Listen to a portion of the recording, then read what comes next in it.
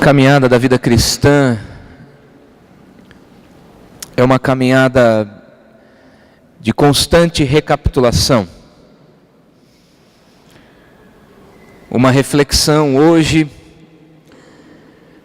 não tem o mesmo efeito desta mesma reflexão feita daqui a algum tempo, porque o momento da vida nossa é diferente. Estudar alguns textos bíblicos em diferentes estágios da vida certamente faz toda a diferença. Exemplo, o Salmo 23, eu já compartilhei em casamentos, já compartilhei em nascimentos e já compartilhei o texto em ofícios fúnebres, porque o Espírito fala em momentos diferentes, sempre através dos ensinos da palavra. E existem algumas iniciativas, algumas práticas da vida cristã que precisam de constante recapitulação.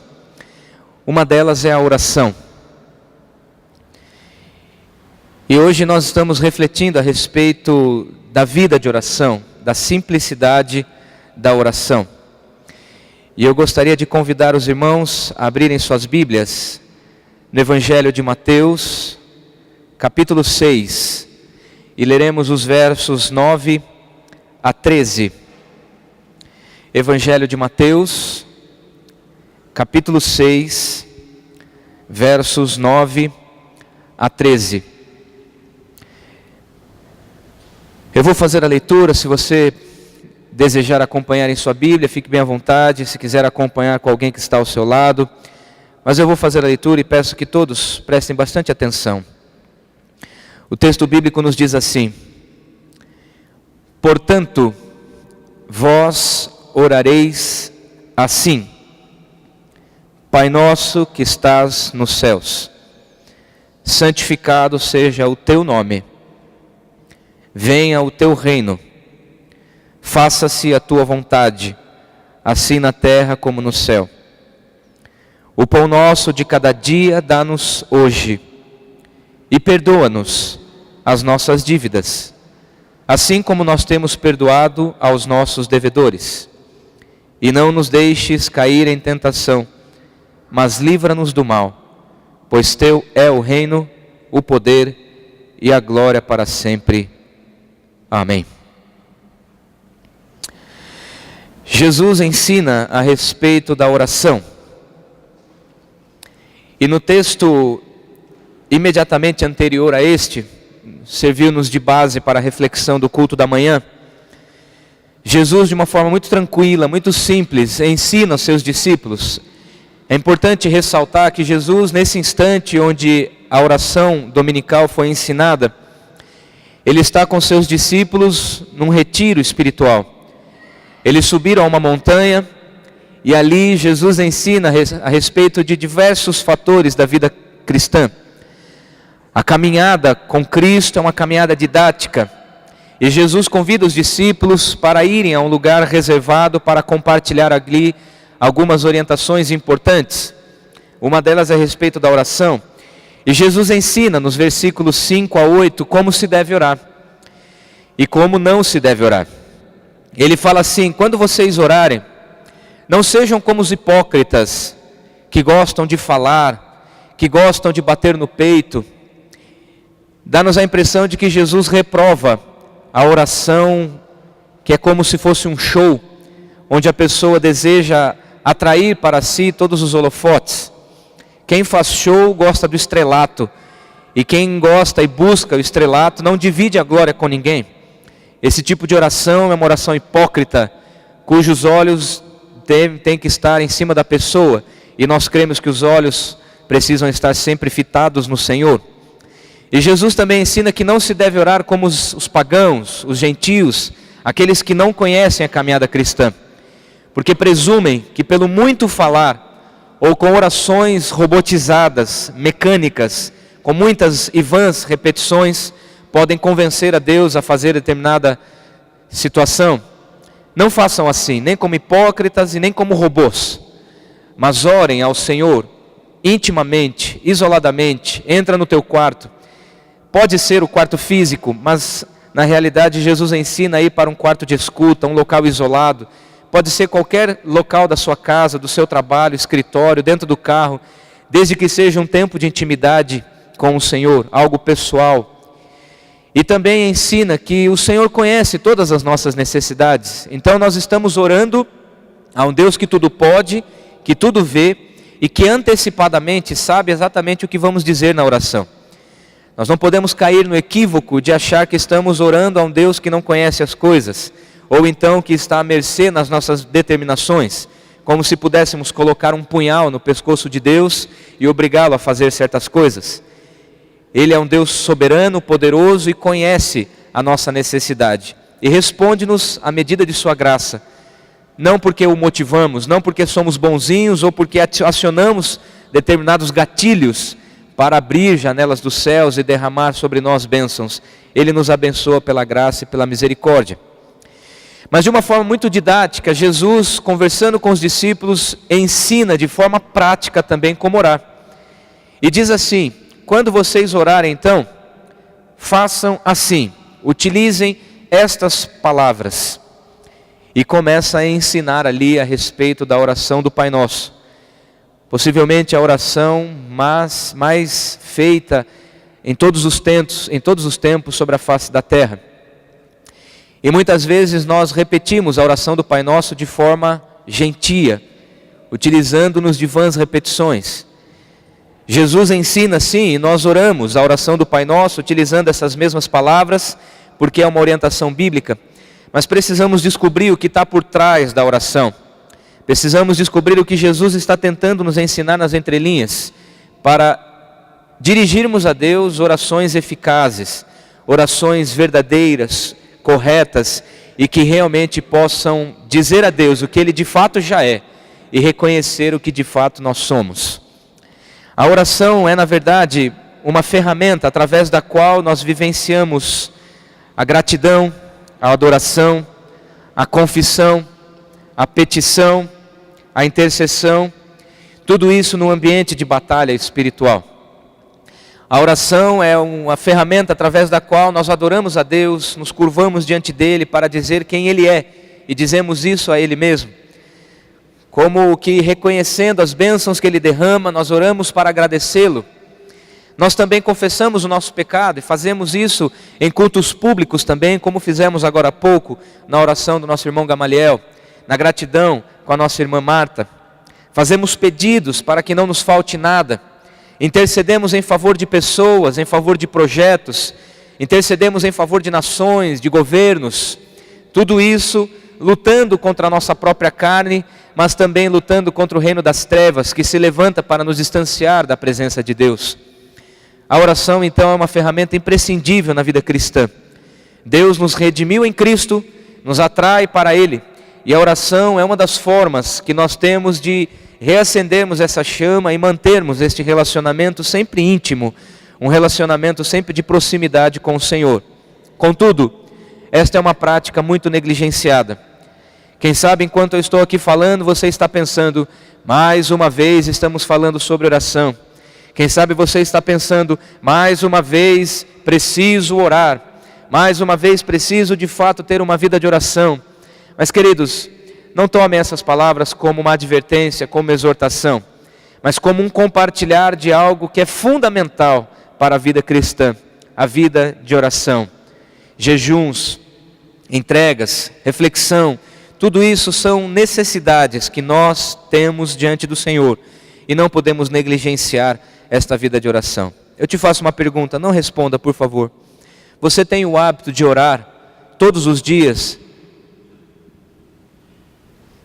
Você tem o hábito de orar em família?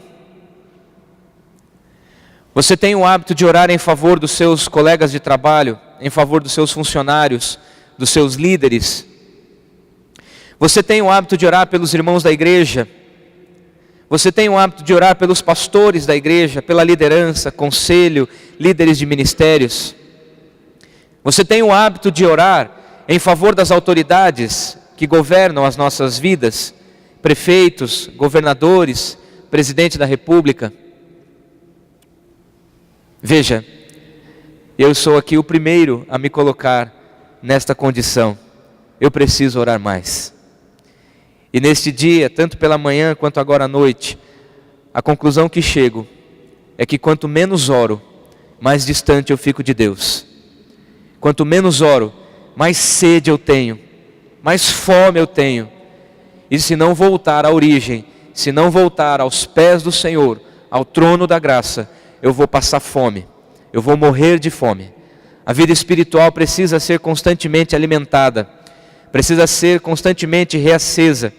E na noite de hoje, o meu desejo é que ao olharmos para a oração do Pai Nosso, nós possamos redescobrir o poder e ao mesmo tempo a simplicidade da oração. Então vejamos rapidamente alguns itens contidos na oração. E ali no verso 9, nós temos Jesus nos ensinando: Pai nosso que estás nos céus. E nesta oração, Jesus nos coloca todos numa mesma condição, de filhos. Não faz acepção de pessoas. Nesta oração, Jesus está dizendo: todos nós, mesmo os maus, somos um em Cristo. Todos nós somos um diante do Pai. Todos nós somos chamados, somos convidados a sermos filhos. Ele é o nosso Pai, que está acima de nós. E é interessante, Jesus poderia utilizar outras expressões, outros adjetivos, mas ele se coloca na condição de filho e na condição de irmão. Jesus se coloca como igual e compartilha essa questão com os discípulos. Precisamos dirigir a oração ao Pai, que é o nosso Pai, que está sobre todos nós de forma igual. Nós entendemos, e o apóstolo Paulo escreve muito sobre justificação, e a doutrina da justificação, ela vem junto com a graça, porque pela graça Deus nos recebe como filhos. Somos adotivos, mas nos tornamos filhos legítimos. E através desta legitimidade podemos nos dirigir a Deus como nosso Pai. Diga assim comigo: meu Pai. Meu Pai. É assim que você se sente quando se dirige a Deus? Quando meu filho chega até mim, ele chega com certa intimidade. Chama de papi, paizinho, papai. Infelizmente, alguns de nós se dirigem a Deus como ilustríssimo Senhor Deus Altíssimo. Venho por intermédio desta fazer-lhe uma humilde petição. Como se estivéssemos diante de uma autoridade distante, que não tem compaixão de seus filhos. Mas Jesus nesta oração está dizendo: precisamos nos dirigir a Deus, que está sobre todas as coisas, mas é o nosso Paizinho. Evangelho de Marcos, abra sua Bíblia por favor. Se você tiver uma fita, você guarde esse texto de Mateus capítulo 6 e abra agora por favor em Marcos capítulo 14. E veja ali o que diz o verso 36. Marcos 14, 36 nos diz assim: e dizia Jesus no Getsêmani: Abba, Pai, tudo te é possível, passa de mim este cálice, contudo não seja o que eu quero, e sim o que tu queres. Jesus em meio à aflição, Jesus em meio à dúvida, em meio à realidade da morte e do sofrimento, ele se dirige a Deus e diz: Abba, Pai. No original, esta palavra Abba quer dizer Pai. E somada a palavra Pai, Pai, dá-nos uma expressão de intimidade, de proximidade. Jesus estava dizendo para Deus, no momento de aflição: Papai querido. Que nós possamos hoje resgatar esta realidade em nossa vida e nos dirigir a Deus, que está nos céus, é verdade, mas como nosso Papai, que está ao nosso lado e que conhece todas as coisas de que temos necessidade. Em segundo lugar, Jesus ensina: santificado seja o teu nome. E Jesus está nos ensinando a respeito de um nome que está acima de todo nome. É como se Jesus estivesse dizendo: Senhor, santifica-te a ti mesmo. Mas ao mesmo tempo Jesus está dizendo, através das nossas vidas, que o teu nome seja conhecido como santo. Olha como é importante nós entendermos esta realidade. Jesus dizendo aos discípulos esta oração: Senhor, que o teu nome seja santo através da nossa vida. Santifica o teu nome através das nossas vidas. E aqui está a realidade do testemunho. Através da tua vida, Deus é santo. Você santifica o nome do Senhor. Infelizmente, muitas pessoas não prezam pelo seu próprio nome. É bem verdade que em alguns momentos da vida, as lutas, as dificuldades podem deixar o nosso nome sujo na praça. Uma coisa é acidentalmente isso acontecer. Uma coisa é isso acontecer e você não ter condições de prever ou de impedir, e com o tempo você lutar para limpar o seu próprio nome. O problema é quando pessoas já não se importam mais com o próprio nome.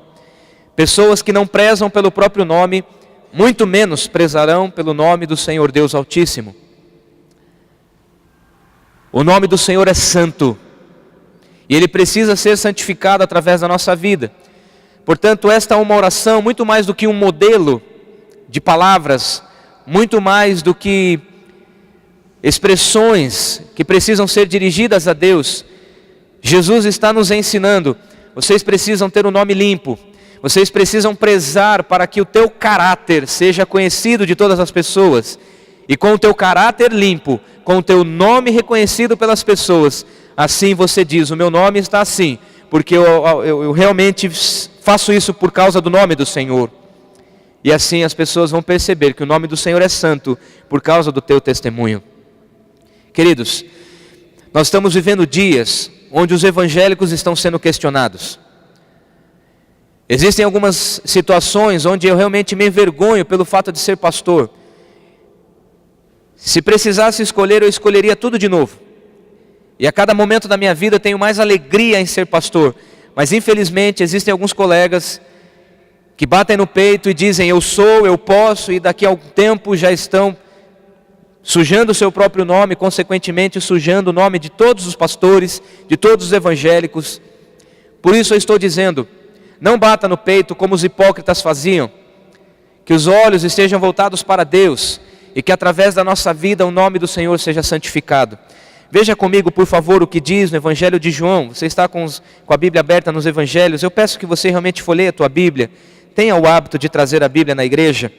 João capítulo 12, e no versículo 28, Jesus está dizendo: Pai, glorifica o teu nome. E quantas vezes Jesus está dizendo isso durante o seu ministério? Glorifica-te a ti mesmo. Teu nome é santo. Nós precisamos readquirir o hábito de santificar o nome do Senhor. E antes de falarmos a respeito de Deus, precisamos bater na boca. Antes de falar a respeito das obras de Deus, antes de nos dirigirmos a Deus, precisamos pensar o que temos feito com o nome do Senhor. Temos realmente uma responsabilidade diante de nós. E ao dizermos: Senhor, que o teu nome seja santo, que nós possamos assumir a responsabilidade: Senhor, que através da minha vida todos saibam que o Senhor é grande, é santo, é o Deus Altíssimo. Ainda na oração do Pai Nosso, Jesus dizendo: venha o teu reino. E Jesus aqui nos ensina a respeito de submissão. Se há um reino, há um trono. E quem está assentado nesse trono não são homens, não são pessoas. E num reino existe o rei e existem os súditos. Infelizmente nós tentamos inverter a lógica dessa realidade e muitas vezes nós queremos ou pretendemos assumir o trono da nossa própria vida, assumir o trono das coisas, assumir a iniciativa das decisões. E aí muitas vezes queremos ter nas nossas mãos a própria rédea da história, quando na verdade Jesus nos ensina: Senhor, venha sobre nós e ajuda-nos a sermos teus súditos, venha o teu reino. E é interessante nós vermos isso. Localize Lucas capítulo 12, versículo 13. Nós estamos conversando a respeito da palavra do Senhor.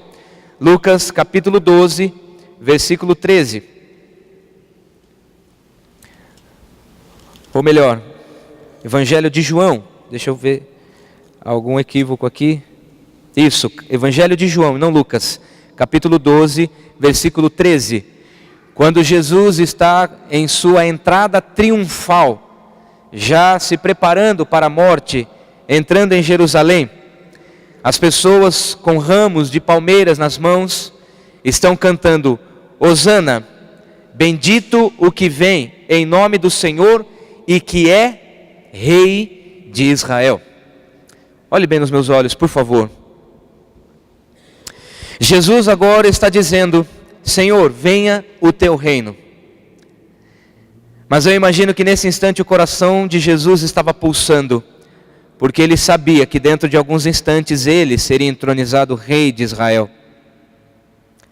Quando nós estamos dizendo: Senhor, venha o teu reino, nós estamos dizendo: Jesus, seja o Rei sobre as nossas ações. Quando nós oramos: Senhor, venha sobre nós com autoridade e poder, nós estamos dizendo: Senhor, que eu seja humilde à tua autoridade e poder. Hosana, Hosana, bendito o que vem em nome do Senhor e que é Rei de Israel. Orar, venha o teu reino, é o mesmo que dizer: Jesus é Rei e eu quero servi-lo sob todas as possibilidades. Jesus é Rei e eu me curvo diante de sua divindade. Jesus é Rei e eu me submeto à sua autoridade. Nós precisamos pensar naquilo que fazemos. Será que enquanto nós oramos, nós estamos nos colocando nessa condição? Será que quando oramos, nós estamos dizendo: Senhor, tu és Rei, eu sou o seu súdito? Ou nós tentamos fazer com que Deus, obrigado seja, a fazer a nossa vontade?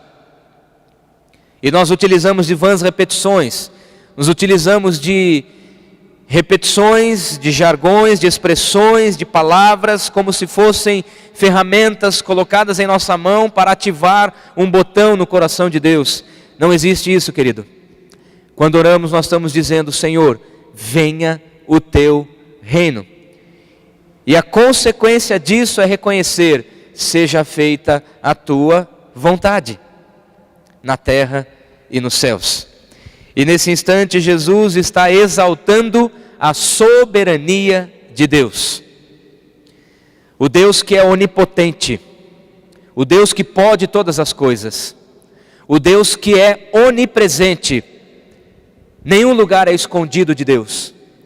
O Deus que é onisciente, o Deus que conhece todas as coisas. Venha o teu reino, seja feita a tua vontade na terra e nos céus. Jesus está nos ensinando que neste lugar onde os homens estão vendo, que neste lugar onde as pessoas estão para lá e para cá, que aqui, neste lugar, as pessoas façam a tua vontade, a começar em mim. É uma oração comunitária. Jesus utiliza a expressão sempre na primeira pessoa, mas do plural. Pai nosso, santificado seja o teu nome, venha o teu reino, seja feita a tua vontade. Jesus está nos colocando numa condição de unidade, mas numa condição de submissão, para que façamos apenas a vontade de Deus. Você se deleita na vontade de Deus? Você tem prazer na vontade de Deus? Ou você insiste para que as coisas aconteçam segundo a tua vontade? Quando você pensa na tua família, quais vontades você deseja que sejam feitas na tua casa? As tuas? Eu tenho lá na minha casa 2 filhos, você conhece a nossa família, o Danielzinho tem 6 anos e meio. E ele está amadurecendo, crescendo rapidamente. De vez em quando a gente chega a pensar que estamos perdendo os dias, porque não aproveitamos como deveríamos. E de vez em quando eu digo a ele: meu filho, você precisa me obedecer, porque eu sei o que é melhor para você. E muitas vezes ele tende a desobedecer ou tende a retrucar. E a Beatriz, com 2 anos e meio, quando a gente dá alguma ordem, de vez em quando ela diz assim: tá bom, tá bom. Já sei, já ouvi. Qualquer semelhança na tua casa é mera coincidência. De novo, mas já falou. Quantas vezes na nossa oração nós nos comportamos assim com Deus? Nós dizemos: Senhor, seja feita a tua vontade, mas olha lá, hein? Seja feita a tua vontade, mas não toda. Seja feita a tua vontade, mas considere a minha. Seja feita a tua vontade só nos céus, mas na terra quem manda sou eu. Seja feita a tua vontade, mas não na minha casa, não na nossa igreja, porque lá quem manda sou eu. A vontade lá, quem tem que ser feita é a minha. Olha como é sério, querido. Irmão, você já parou para pensar neste ensino de Jesus? Seja feita a vontade de Deus na tua casa. Seja feita a vontade de Deus na tua saúde. Seja feita a vontade de Deus nas tuas finanças. Seja feita a vontade de Deus na igreja, no trabalho, no teu coração, nos teus relacionamentos. Sejam feitas as vontades do Senhor. Veja o que diz, querido. O Salmo de número 93, versículo 2. Abra comigo, por favor. Deixe a sua Bíblia aberta no Evangelho de Mateus, mas localize o Salmo 93, versículo 2. O salmista diz: desde a antiguidade está firme o teu trono, tu és desde a eternidade. Nós estamos lidando com Deus que subsiste, que criou todas as coisas. Você acha que Deus deve se submeter aos nossos caprichos? Desde a antiguidade está firme o teu trono, tu és desde a eternidade. E eu te pergunto, qual vontade precisa ser feita nos céus e na terra? E Jesus continua dizendo: o pão nosso de cada dia dá-nos hoje. Jesus está aqui exaltando a provisão e a fidelidade do Senhor. O pão nosso, Ele não está dizendo o meu pão, o pão nosso. Isso indica que quando nós trabalhamos, e agora há pouco nós trouxemos à frente dízimos e ofertas, o dinheiro que você gasta não é teu. O dinheiro que você recebe não te pertence, pertence a Deus. E da mão do Senhor nós devolvemos para a glória dEle. Porque o pão que Ele coloca sobre a mesa não é teu, é nosso. O pão que está lá na tua mesa é meu também. O pão que está sobre a minha mesa é teu também. Isso nos mostra que a provisão de Deus, ela é perfeita, porque se estiver sobrando na tua casa, você precisa compartilhar com alguém. Se estiver faltando na minha casa, eu preciso que alguém compartilhe comigo. O pão que Deus dá é nosso, não é individual. A oração é coletiva. Jesus coloca-nos aqui numa condição de igualdade, mas numa condição de compartilhamento. O pão nosso, Senhor, de cada dia nos dá hoje. E Ele diz isso na provisão do dia. Existem pessoas que passam anos a fio juntando em celeiros. Existem pessoas que passam anos a fio pensando nas próximas gerações. Outro dia, conversando com um homem muito rico, eu perguntei: meu querido, você algum dia vai passar necessidade? Ele disse assim: se os meus filhos gastassem tudo que tem no banco, os meus netos e os meus bisnetos provavelmente ainda teriam dinheiro com o patrimônio que eu estou deixando. Existem pessoas, queridos, com isso eu não estou dizendo que você guardar coisa, guardar dinheiro, investir, não há erro nenhum nisso. Se você tem condições de forma organizada, faça isso. Mas não esqueça que a oração de Jesus diz: o pão nosso de cada dia dá-nos hoje, não amanhã. Porque basta cada dia o próprio mal. Basta cada dia um leão gigante para matar-nos. Jesus está preocupado com a provisão do dia, porque amanhã nem sei se estarei vivo. E os meus filhos vão precisar correr atrás, assim como eu estou correndo. Infelizmente existem alguns pais que se preocupam tanto com os filhos, primeiro, que não aproveitam aquilo que ganham. Segundo, tornam seus filhos mimados, sem iniciativa. Filhos que apenas aprendem a usufruir do que o pai está deixando. Quando Jesus está dizendo: Senhor, dá-nos o pão nosso hoje, para que seja consumido hoje, e amanhã nós vamos recorrer ao Senhor novamente. E olha o que diz no Evangelho de Mateus. Abra comigo, por favor, uma página depois da oração do Pai Nosso. Mateus capítulo 7, versículo 11. Ora, se vós que sois maus, sabeis dar boas dádivas aos vossos filhos, quanto mais vosso Pai, que está nos céus, dará boas coisas aos que lhe pedirem. Salmo 139, verso 4. A palavra ainda não me chegou à boca, e tu já a conheces toda. Isaías capítulo 65, 24. Estando eles ainda falando, eu responderei. Enquanto nós ainda estamos pedindo ao Senhor, Ele já está nos respondendo. Jeremias 33, 3. Invoca-me e te responderei. Anunciar-te-ei coisas grandes e ocultas que você nem sabe. Não precisa ficar preocupado com o pão de amanhã, porque eu já estou te dando coisas que você nem sabe que precisa. Não precisa ficar preocupado com coisas que ainda estão por vir, porque cada dia eu vou acrescentar tudo aquilo que você tem necessidade. Mateus capítulo 6, versículo 33. Buscai, pois, em primeiro lugar o reino de Deus e a sua justiça, e todas as coisas vos serão acrescentadas. O Senhor sabe o que temos necessidade. O Senhor conhece o nosso coração. O Senhor conhece a nossa vida.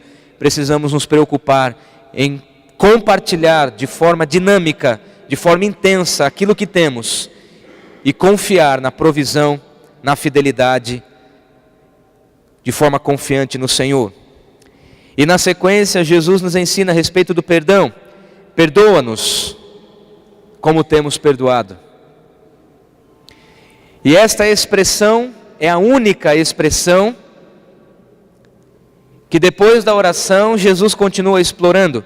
Veja o que diz, volte para Mateus capítulo 6, e nos versos 14 e 15, Jesus está dizendo: sim, porque se perdoardes aos homens as suas ofensas, também vosso Pai Celeste vos perdoará. Se porém não perdoardes aos homens as suas ofensas, tampouco vosso Pai vos perdoará as vossas ofensas. Você já parou para pensar na profundidade dessa reflexão? A oração é, na verdade, uma conexão. E quando nos conectamos com Deus, o Pai, Ele começa a transferir aos nossos corações as virtudes dEle mesmo. E uma das virtudes do Senhor é que Ele não guarda rancor. Uma das virtudes do Senhor é que Ele não guarda mágoa. Ele perdoa, apesar da realidade de que nós continuaremos pecando. Deus está nos perdoando agora, e Ele sabe que dentro de alguns instantes nós vamos pecar novamente. Deus nos perdoa sabendo que nós vamos continuar infringindo suas leis, mas Ele nos perdoa. A pergunta que eu faço é: baseado em que nós não perdoamos as pessoas? Baseado em que nós guardamos mágoa e rancor de pessoas? Baseado em que ponto da Bíblia? Baseado em que atitude de Deus Pai e de Deus Filho nós dizemos: isto não tem perdão? Existem pessoas que amargam a vida inteira, que tornam o coração pesado porque não entendem a oração do Pai Nosso, e quando a repetem em cultos públicos, estão sendo como hipócritas, como gentios, que fazem a oração utilizando-se de vãs repetições, mas não refletem naquilo que está pensando. Quando orar, entra no teu quarto, e se você ousar pedir perdão a Deus, lembre-se que Ele perdoa na proporção com que você tem perdoado, porque antes de tudo Deus é também justiça. E Ele não vai te perdoar se você não abrir o seu coração para perdoar. Não sou eu quem estou dizendo, é a minha singela compreensão da Bíblia. Se não perdoardes os homens, tampouco vosso Pai vos perdoará. E na sequência Ele diz: não nos deixes cair em tentação e livra-nos.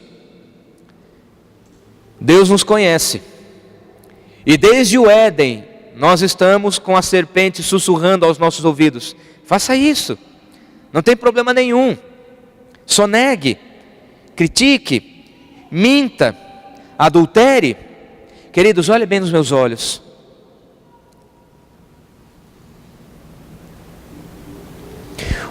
Os casamentos estão sendo destruídos. porque já não há mais vontade de serem fiéis de forma radical.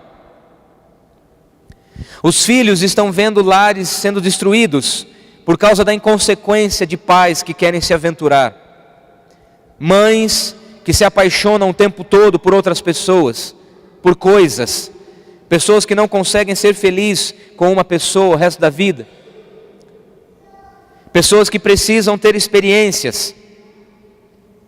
Recentemente soubemos de um jovem casal que contratou uma moça para terem ali uma experiência. O casamento foi destruído. Olhe bem no que eu estou dizendo. Um casamento destruído por causa de aventuras. Pessoas próximas a nós. Pornografia. É quase um chavão ficar falando a respeito da internet. Mas existem pessoas abrindo o coração para pessoas desconhecidas na rede, mas não têm coragem de assumir os sentimentos para pessoas com quem convive olho no olho. A oração que Jesus nos ensina e a oração que nós devemos fazer diariamente é: Senhor, ajude-me a não ceder à tentação. Veja o que diz o Evangelho de João, capítulo 17, versículo 15. Jesus, na chamada oração sacerdotal, está dizendo a Deus: Senhor, não peço que os tire do mundo, mas que os livres do mal. Seria muito fácil Jesus e o próprio Deus, na soberania, tirar-nos deste plano pecaminoso.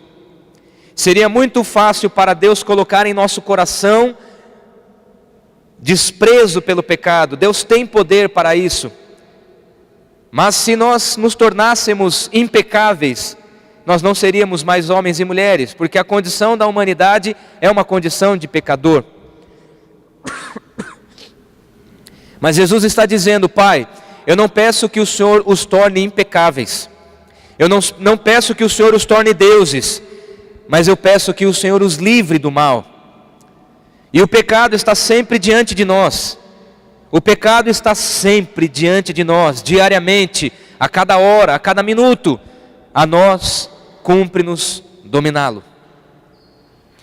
Ore hoje ao Senhor, não deixe cair em tentação.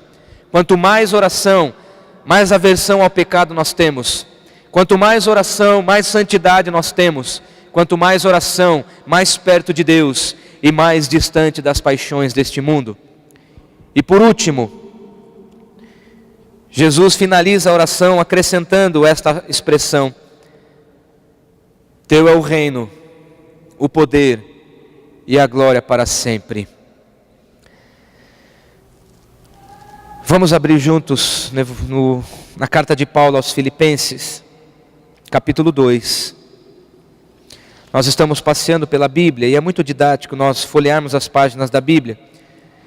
Quem sabe você não tem tido este hábito. Não deixe apenas para a igreja, faça isso na tua casa.